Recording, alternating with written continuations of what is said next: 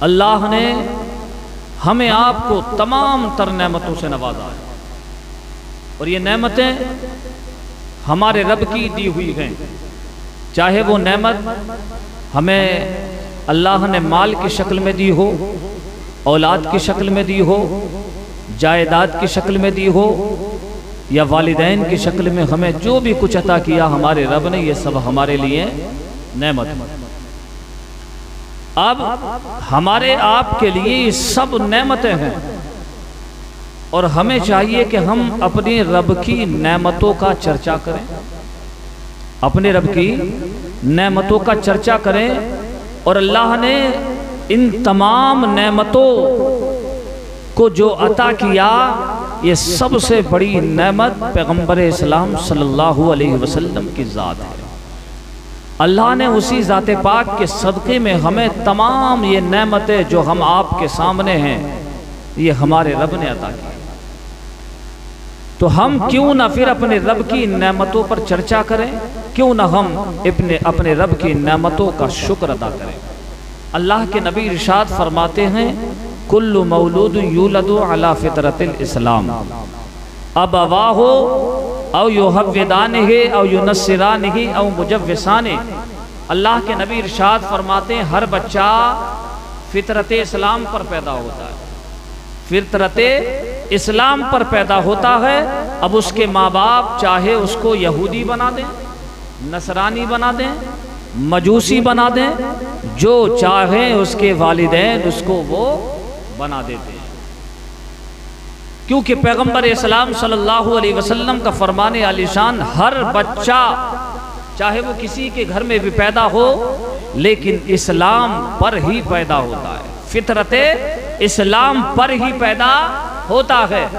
اب ہر ایک باپ، ہر ایک ماں اپنے اپنے مذہب، اپنے اپنے دھرم کے اعتبار سے اس بچے کی پرورش کیا کرتے ہیں، یہ تو ہم آپ بھی جانتے ہیں، اور ہم آپ بھی اپنے بچے کی پرورش، اپنے بچہ کا یقیناً پرورش جو کیا کرتے ہیں، تربیت جو کیا کرتے ہیں، ہم اپنے مذہب، اپنے دھرم کے اعتبار سے کیا کرتے ہیں۔ اور الحمدللہ ہمارے آپ کا بچہ جب ہمارے آپ کے گھروں پر پیدا ہوتا ہے تو ہم اس کی پرورش اور اس کی تربیت اس انداز سے کرتے ہیں کہ جس طرح سے پیغمبر اسلام صلی اللہ علیہ وسلم نے ہمیں آپ کو پرورش اور تربیت کرنے کا طریقہ بتایا ہے۔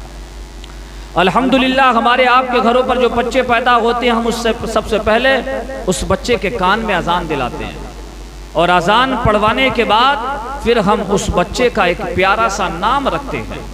اس کے بعد ہم اس بچے کے کان میں جب اذان پڑھتے، بچہ فطرت اسلام پر تو پیدا ہوا، لیکن اب ہم نے اس بچے کو بتا دیا، بچے فطرت اسلام پر پیدا ہوا، تیرے کان میں اذان پڑھوائی، پیارا نام رکھا، اب تیری تربیت، تیری پرورش ایک مسلمان کے گھر میں کی جائے گی، تیری تربیت ایک مسلمان بیٹی یقیناً ایک مسلمان باپ ہو کر تیری تربیت کرے گا۔ اب ہم اپنے بچوں کو اسی انداز سے تربیت کرتے ہوئے چلے جاتے ہیں۔ اگر ہمارا عمل اچھا ہے، ہم اپنے بچوں کو اچھے انداز سے تربیت کرتے چلے جاتے ہیں۔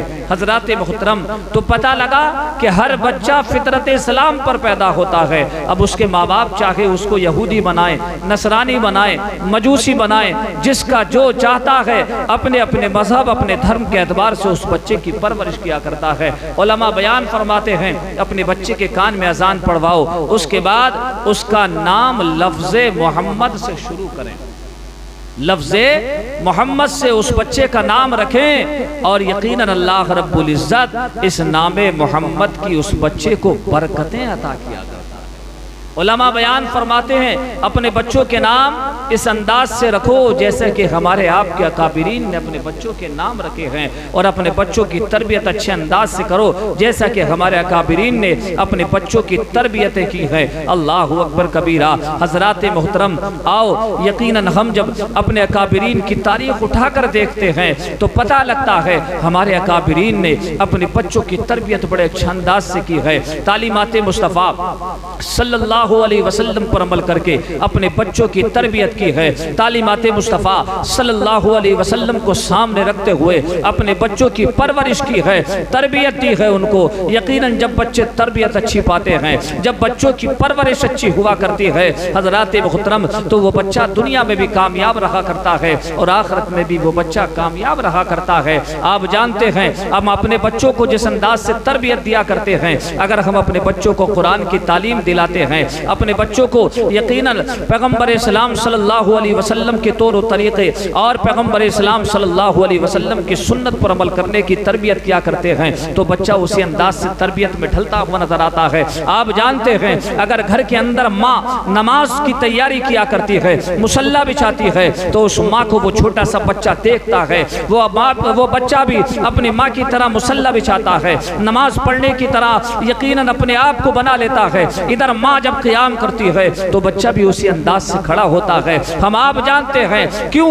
اس لیے کہ ہم نے اپنے بچے کی تربیت اچھے انداز سے کی ہے۔ پیغمبر اسلام صلی اللہ علیہ وسلم کا فرمان عالی شان ہے، آقا فرماتے ہیں بچے کے لیے سب سے پہلی درسگاہ، بچے کے لیے سب سے پہلا مدرسہ اگر کوئی ہے تو وہ صرف ماں کی گود ہے، اور ماں کی گود ہی بچے کو کامیاب بنایا کرتی ہے، ماں کی تربیت ہی بچے کو کامیابی دلایا کرتی ہے۔ ادھر ماں نے مصلی بچھایا ہے، بچپن کا عالم ہے، یہ بچہ بھی مصلی بچھاتا نظر آ رہا ہے۔ ماں اگر قیام کر رہی ہے بچہ بھی اسی انداز سے قیام کرتا ہے، ماں اگر رکوع کر رہی ہے بچہ بھی رکوع کر رہا ہے۔ وجہ کیا ہے؟ اس لیے کہ چھوٹا بچہ ہے، اس کا ذہن سادہ کاغذ کی طرح ہوا کرتا ہے، اب اس کے ذہن پر جو لکھ دیں گے وہی وہ بچہ عمل کرتا ہوا۔ اگر ہم اس بچے کو ذہن دیتے ہیں اللہ اللہ کہنے کا، تو یقیناً وہ بچہ اپنی زبان سے لفظ اللہ پکارنا شروع کر دیا کرتا ہے۔ اور پھر اگر دوسری طرف آئیں، اس بچے کے ہاتھ میں ہم اگر موبائل دیا کرتے ہیں تو پھر بچہ جو موبائل میں چلا کرتا اسی انداز سے اپنی زندگی کو اس پر ڈھال لیا کرتا ہے۔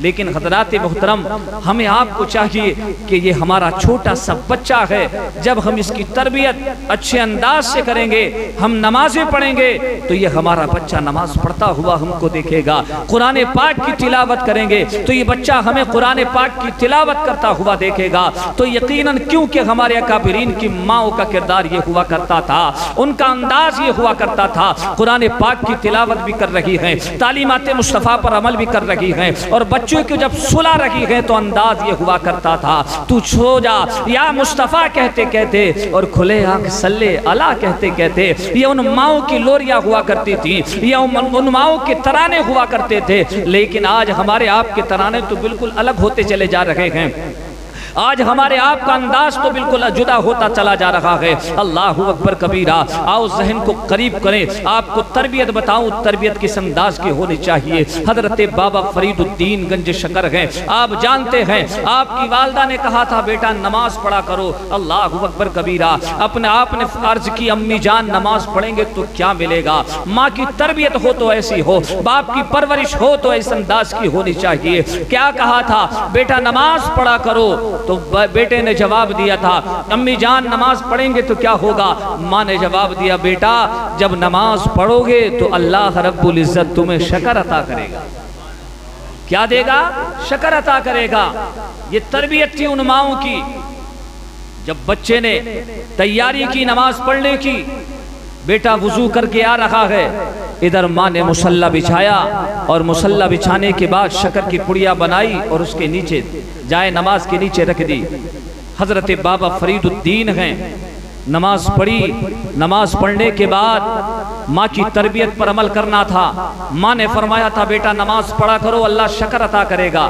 جیسے ہی نماز ادا کی، نماز پڑھنے کے بعد آپ نے مصلی کو ہٹایا، کیا دیکھتے ہیں؟ شکر کی پڑیا سامنے رکھی، اٹھا لیتے ہیں، کھا لیتے ہیں۔ نماز کی محبت بڑھتی چلی گئی، نماز کا اشتیاق بڑھتا چلا گیا۔ اللہ اکبر۔ یہی تک نہیں بلکہ یکے بعد دیگرے دن بڑھتے چلے گئے، دن گزرتے چلے گئے۔ ماں حسب معمول اپنے بیٹے کے لیے شکر کی پڑیا بناتی، مصلی بچھاتی اور اس کے نیچے شکر کی پڑیا رکھ دیا کرتی تھی۔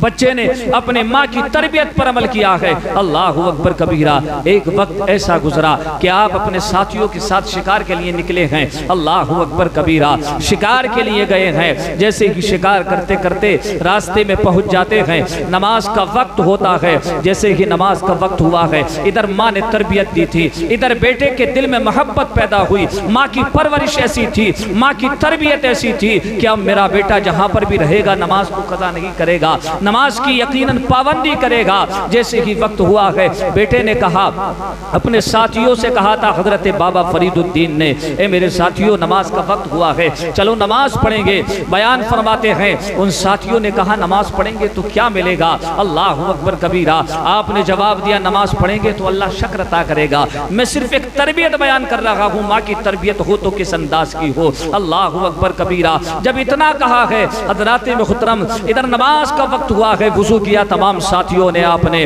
نماز کے لیے آپ مصلی بچھاتے ہیں اور مصلی بچھانے کے بعد نماز کے لیے کھڑے ہوتے ہیں۔ ادھر ماں نے بھی مصلی بچھایا ہے، رب کی بارگاہ میں ہاتھوں کو اٹھا دیا ہے، مولا آج میری عزت تیرے ہاتھ ہے۔ میرا فرید الدین جب میرے قریب ہوا کرتا تھا، مصلی بچھا کر اس کے مصلی کے نیچے شکر کی پڑیاں رکھ دیا کرتی تھی، آج میرا فرید الدین میرے قریب نہیں ہے، میرا فرید الدین میرے پاس نہیں ہے، اپنے ساتھیوں کے ساتھ شکار کرنے کے لیے گیا ہے، میرا فرید الدین مجھ سے دور ہے، مولا آج میری عزت تیرے ہاتھ ہے۔ ماں کی ممتا، ادھر ماں نے محبت کی ہے، ماں کی دعا کو رب کی بارگاہ میں رد نہیں کیا جاتا بلکہ قبول کر لیا جاتا ہے۔ اللہ رب العزت نے اس اپنی بندی کی دعا کو رد نہیں کیا، قبول کر لیا۔ ادھر فرید الدین بھی ہیں، آپ کے ساتھی بھی ہیں، نماز کی ادائیگی کر رہے ہیں۔ نماز پڑھنے کے بعد میں جیسے ہی نماز سے فارغ ہوئے، مصلی کو اٹھاتی کیا دیکھتے ہیں؟ تمام کی مصلوں کے نیچے شکر کی پڑیاں نظر آ رہی ہے۔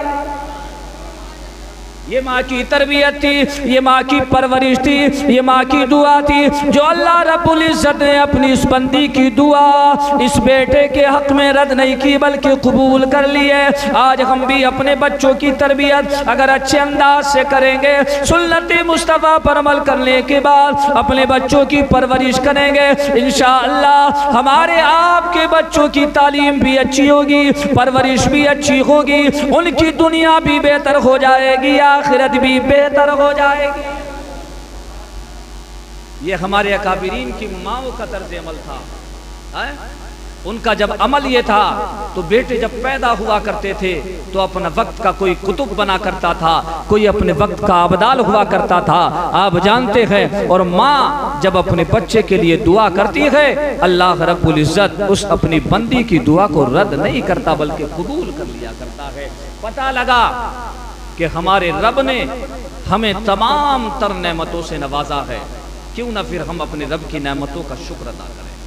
رب فرماتا ہے فَاذْكُرُونِی أَذْكُرْكُمْ وَاشْكُرُوا لِی وَلَا تَكْفُرُونَ۔ رب فرماتا بندے خدا میرا ذکر کرو، میں تمہارا ذکر کروں گا، تم مجھے یاد کرو، یوں سمجھ لیں آسان لفظوں میں تمہیں یاد کروں گا، میرا شکر ادا کرو۔ اللہ نے نعمت عطا کی، دولت عطا کی، اے میرا شکر ادا کرو، ولا تکفرون، میری نافرمانی نہ کرو۔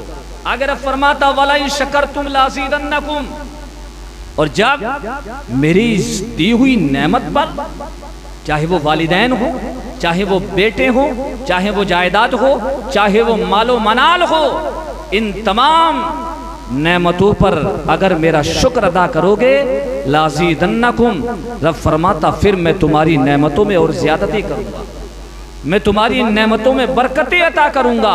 یہ ہمارا ایمان اور عقیدہ ہونا چاہیے کہ ہم اپنے رب کی نعمتوں کا چرچا کریں اور اپنے رب کی دی ہوئی ان نعمتوں پر شکر ادا کریں۔